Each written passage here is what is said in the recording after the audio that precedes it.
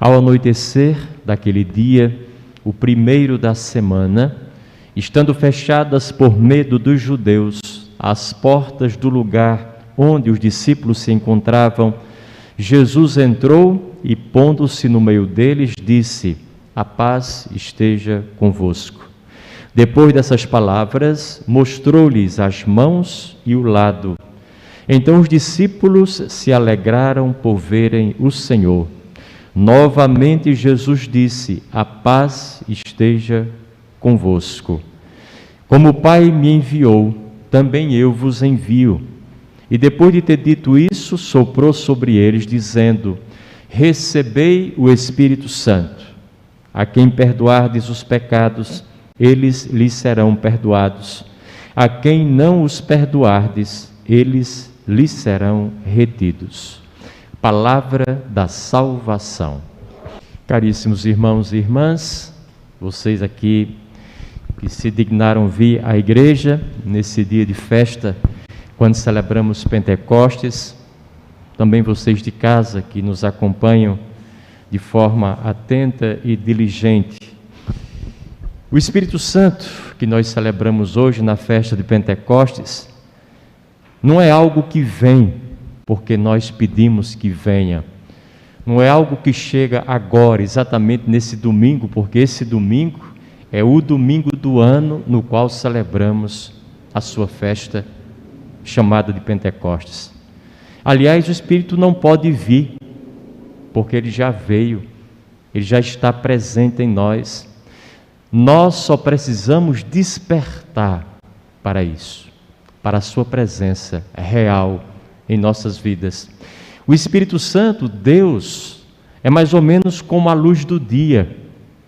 Bem cedo, 5h30, um pouquinho antes, quando o dia não está nublado, o sol começa a raiar. A claridade imensa começa a entrar pelos nossos olhos. Mas para quem permanece na sua casa, no seu quarto, deitado, enrolado, com a porta fechada, a janela também, com as cortinas passadas, a luz apagada, naturalmente. Pode ser que já sejam 9 horas, 10 ou 11 da manhã. O sol está lá fora, brilhando maravilhosamente. Mas para aquela pessoa ainda é noite. Ainda são trevas. Ainda é escuridão. Então é preciso despertar, desejar, buscar, abrir-se e permitir a presença desse Deus que sempre esteve aqui, ali e em todos os lugares. É também como o silêncio. É uma contradição muito grande, um paradoxo, alguém pedir silêncio. Lembro-me, quando nós éramos crianças, vez por outra, a professora batia com a régua na mesa, silêncio, porque a confusão era grande. Muito barulho, muito ruído, muita conversa atravessada de lá para cá e daqui para lá. E depois todo mundo se calava. Ninguém fazia silêncio. É preciso apenas deixar de falar, cessar o ruído. O silêncio já está lá. Ele simplesmente teve a oportunidade de aparecer, de mostrar a sua cara e dizer: aqui veio. Jesus Cristo e o Espírito Santo que Ele nos deixou é exatamente assim. Então, Pentecostes, no fundo, é a consciência da presença do Espírito Santo em nós. É a celebração dessa consciência. Nesse sentido, não existe evolução espiritual. Se Deus está conosco, na pessoa da Santíssima Trindade, na terceira pessoa, que é o Espírito Santo, e está desde sempre, desde que nós começamos, e como nós somos eternos, o eterno não é só o que não tem fim, é também o que não tem começo. Como começamos na eternidade de Deus, Ele está sempre conosco. Não há o que evoluir espiritualmente. Dizia São Paulo: o espírito está pronto, a carne é que é fraca. É a nossa carne, o nosso corpo, a nossa matéria, que a depender de nós, e em muita coisa depende, precisa se moldar, se adaptar, se capacitar para suportar e essa palavra correta, a presença grandiosíssima do Espírito Santo dentro dela. Então não existe evolução espiritual e nem existe crise espiritual, crise de fé. Muitas pessoas chegam para o padre: padre, eu estou numa crise de fé tão grande, a minha fé tem diminuído tanto, padre, minha fé está bem pequenininha, eu acho até que não tenho mais fé, estou numa crise imensa, padre, está tudo errado na minha vida. E eu olho para a pessoa, sabedor que sou, como aqueles que têm um mínimo de possibilidade de enxergar um pouco mais, que não existe crise de fé. Quando a fé chega para nós, como dom de Deus, chegou e ninguém mais tira de nós. Aquilo que a gente equivocadamente chama de crise de fé, uma fé diminuída ou uma inexistência da fé, uma perda da fé, na verdade é um problema no corpo, na cabeça, no nosso psiquismo, na nossa emoção. É nossa vida que está totalmente virada, mas não é a nossa fé que está virada, que deixou de existir. Não é o Espírito Santo que nos abandonou e virou as costas para nós. Não é que Deus agora se afastou de nós. Ele continua presente no mesmo grau e na mesma intensidade. Deus é igual. Deus é equânime. E essa igualdade da sua presença é assim para todos nós o tempo inteiro. Nesse sentido, o que nos cabe fazer é investir no preparo do corpo, nas dimensões física, racional, emocional, no nível dos sentimentos, dos pensamentos, do nosso coração, dos nossos afetos, dos nossos relacionamentos, até mesmo daquilo que nós comemos materialmente, do que ingerimos, até mesmo da dieta que não fazemos nunca, apesar de termos necessidade dela, até mesmo dos passos que nós não damos, do exercício, do movimento físico que nós não realizamos, mesmo sabendo que vida é sinônimo de movimento, e se a gente não movimenta nada na gente, vai morrendo e atrofiando tudo na gente. Então está na hora da gente investir nesse corpo, porque se ele não estiver bom, nada estará bom, nada nos parecerá bem, e tudo indica que a nossa fé diminuiu. E tem uma lógica nisso. Por que é que a gente sente que a fé que está diminuindo quando a crise é no corpo? Tem um psicólogo muito conhecido que ele dizia que, de certa maneira, só existe corpo. Parece uma afirmação muito materialista. E repetir isso para vocês, no dia em que a gente celebra a presença espiritual de Deus em nós, parece até uma heresia. Mas ele tem a sua razão. Porque nenhum de nós pode dizer amém, graças a Deus, meu Deus, que dia maravilhoso, se não for através do corpo da gente. E é por isso que o corpo tem que estar em dias, da melhor forma possível. Isso não quer dizer que a forma que eu posso dar ao meu corpo, com as limitações de saúde que eu tenho, com as dificuldades, com as possibilidades, que são todas diferentes das possibilidades e limitações do meu vizinho, do meu irmão, da minha mãe, do meu pai, não quer dizer que eu tenha que ser igual a ele e faça do mesmo jeito deles. Mas o máximo que eu puder fazer para melhorar a minha condição de vida e ser saudável fisicamente, eu faço. Porque eu sei que meu físico é âncora e é mais do que isso.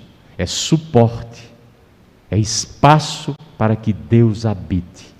E se o corpo não der esse espaço da forma mais digna possível, Deus vai continuar habitando. Porém, nós estaremos fechando os espaços para Ele, diminuindo, reduzindo, estreitando a sua atuação em nós, já que Ele precisa do nosso corpo também, da nossa mente também, da nossa emoção assertiva, dos nossos sentimentos em ordem, dos nossos pensamentos bons e retos.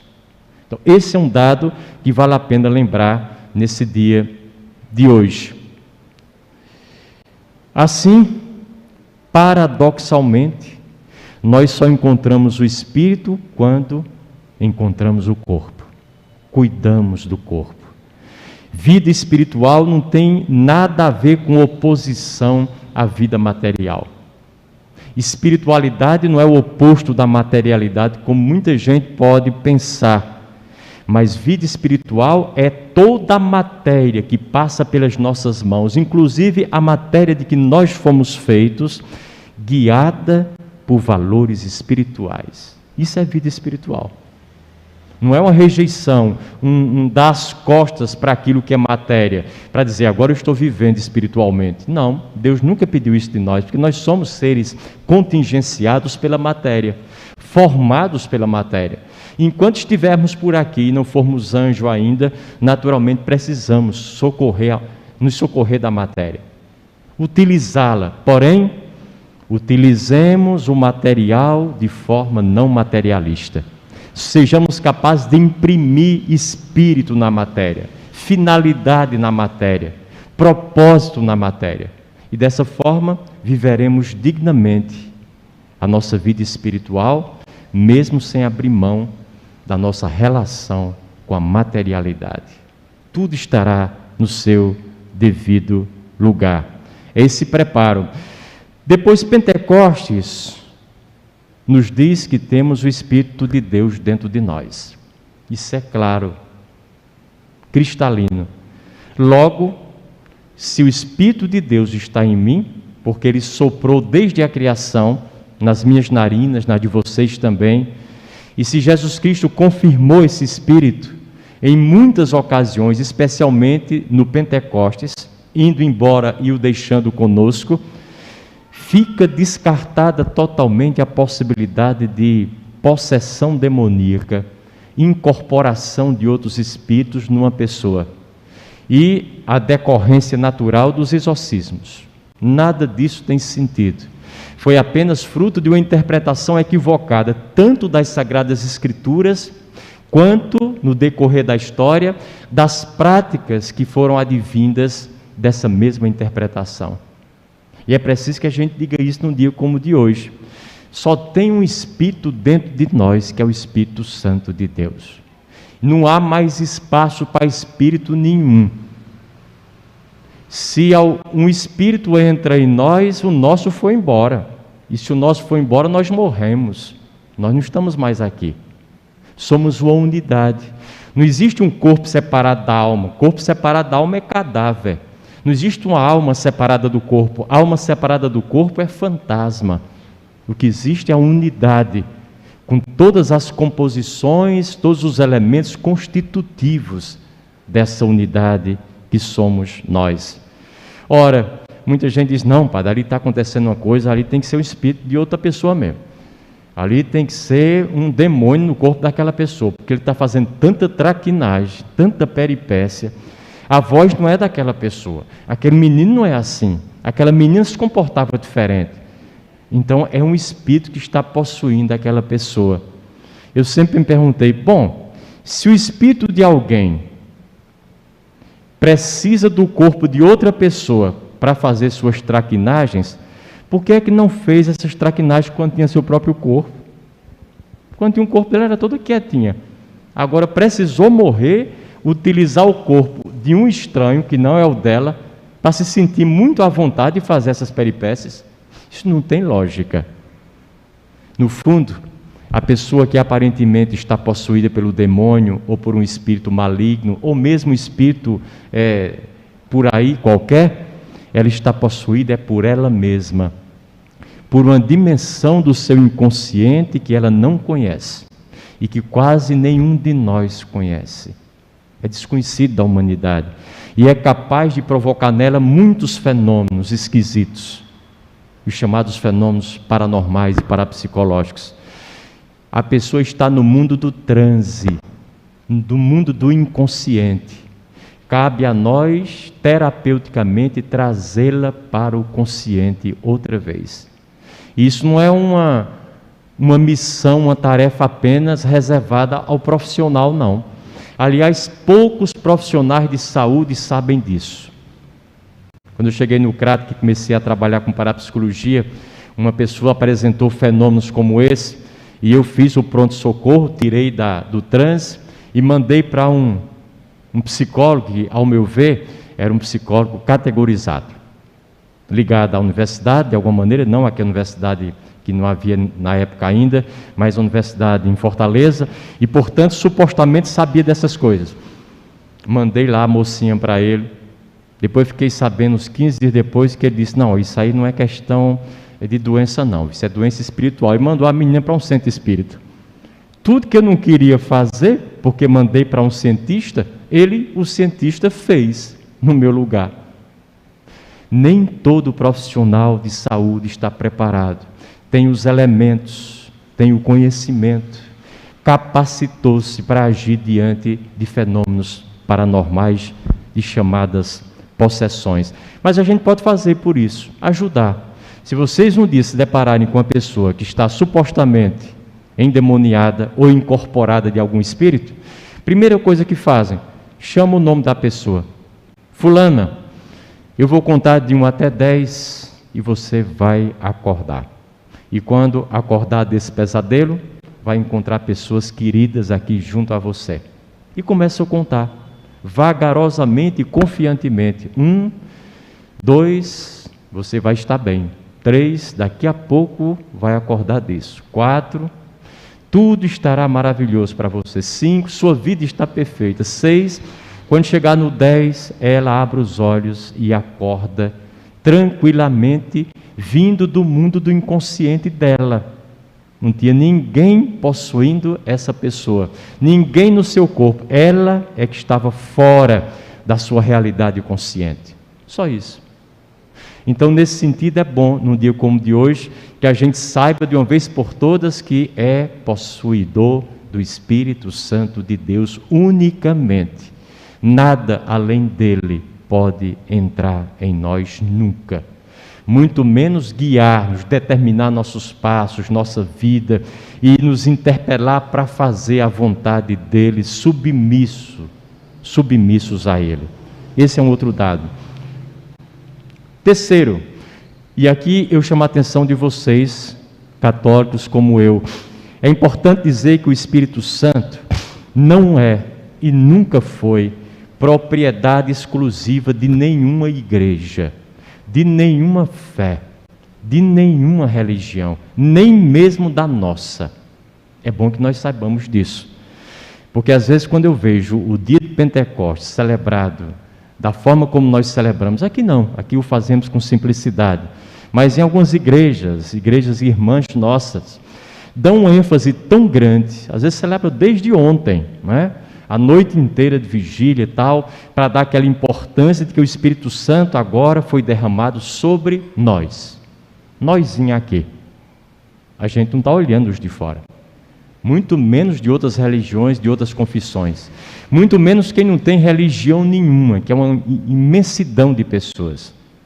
A religião é apenas uma forma específica, devidamente situada no tempo e no espaço, de encarnar a espiritualidade, de propô-la e de vivenciá-la, mas não é a única maneira, não é o único caminho. Então, Pentecostes não deve ser usado por nós como espécie de justificativa para confirmar a nossa fé cristã, a nossa Igreja Católica e os seus adeptos. Não deve. É um uso indevido. O Espírito Santo foi igualmente soprado a todas as pessoas da face da terra. É um dom de Deus que potencialmente toda a humanidade possui. Uns com mais consciência, outros com menos consciência, outros sem consciência alguma dessa presença, mas todos são possuidores do Espírito de Deus. Não apenas 1,3 bilhões de pessoas católicas, nem 2,3 bilhões de cristãos, mas o Espírito Santo está em 7,9 bilhões de habitantes, que é a população da face da terra. Cada uma dessas pessoas, Deus encontrou um jeito de chegar até elas. Não, mas elas não têm a Bíblia, não têm a revelação divina, não têm o Novo Testamento, não têm o Evangelho, não têm Jesus Cristo, mas elas têm as Sagradas Escrituras delas. Cada religião tem o seu livro sagrado. E Deus, de alguma maneira, fala para elas através dos seus livros, da sua cultura, das pessoas sagradas, dos seus mestres, dos seus sacerdotes, dos seus intermediários. É bom que a gente não fique com essa coisa de exclusividade, só minha, e defender-se o tempo inteiro disso, como se os outros não tivessem esse privilégio.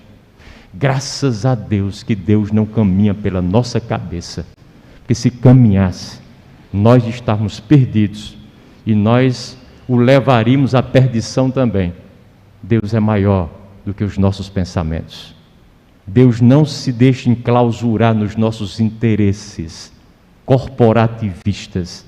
Deus não se deixa aprisionar nas nossas igrejas, nas nossas doutrinas e nas nossas confissões de fé.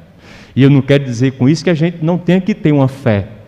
Não seja importante ter uma igreja, gostar dela, crescer dentro dela, ampliar o nosso conhecimento acerca dos seus paradigmas, da sua doutrina, dos seus postulados. Claro que devemos. Agora, não exclusivizemos nada. Deus é includente, Ele inclui todo mundo. E nós nos pareceremos com Deus, e nós poderemos justificar dignamente a presença do Espírito Santo em nós, quanto mais nós formos também abertos, amplos e includentes. Quando nós nos reduzimos, nos fechamos no nosso gueto, em nome de qualquer coisa, por melhor que seja, por mais justa que pareça, nós nos afastamos de Deus, o contrário do que nós queremos para nós. E eu terminaria para vocês dizendo que o que o Espírito Santo faz para nós é abrir a nossa mente para que nós vivamos o essencial. Deixemos de lado o supérfluo. Tem muita gente que passa a vida inteira correndo atrás de dinheiro e somente isso, de um conforto material. Ser materialista quando a vida está mais ou menos na primavera e no verão, vá lá.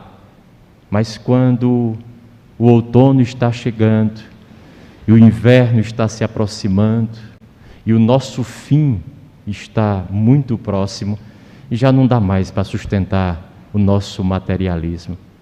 Vamos nos agarrar a quem? A quê? Quem será o nosso conforto, afinal de contas? Porque tudo aquilo em que nós apostamos, que foi o nosso corpo, a nossa beleza, a nossa juventude, nossa força física, nossa capacidade de trabalhar e de ganhar dinheiro, tudo isso está se desmoronando a olhos vistos. Nosso corpo está envelhecendo, se enfeiando, se enrugando, se limitando, se deitando, esperando a morte. Se nós não tivermos um amparo espiritual, um suporte de fé, e se o Espírito Santo não tiver em nós esse espaço para agir, porque nós não o demos, nós estamos perdidos. Os nossos fins serão trágicos, dramáticos, sofridos, com muitas interrogações e praticamente nenhuma resposta. Com muita rebeldia e praticamente nenhuma tranquilidade. É preciso que nós sejamos capazes de investir na nossa alma, no potencial da nossa alma, porque a nossa alma e o nosso espírito são os maiores e mais importantes investimentos que alguém é chamado a fazer na vida. E aí eu termino lembrando uma poesia que eu sempre gostei, quando conheci esse poeta chamado Jiménez. Ele é um poeta espanhol e ele superou uma crise espiritual, uma grande depressão que ele sofreu, nesses moldes que eu estou falando agora para vocês. E depois dessa crise, muito consciente de quem ele era, de que ele não era apenas um ser, não poderia satisfazer apenas o seu futuro defunto, o seu futuro cadáver, mas tinha que apostar naquilo que ele era de fato, um ser espiritual, verdadeiramente divino. Quando ele saiu desse momento trágico, ele fez uma poesia que diz assim: eu não sou eu sou alguém que caminha ao meu lado, que permanece em silêncio quando eu estou falando, tagarelando, que perdoa e esquece quando eu estou irado, raivoso, esbravejando, que segue sereno, calmo e tranquilo quando eu estou aflito e sofrendo, e que estará de pé quando eu estiver morrendo. Eu não sou eu sou alguém que caminha ao meu lado, e por esse alguém vale a pena viver, vale a pena rir e chorar, vale a pena conspirar. O Espírito Santo de Deus nos ilumine a todos. Louvado seja nosso Senhor Jesus Cristo.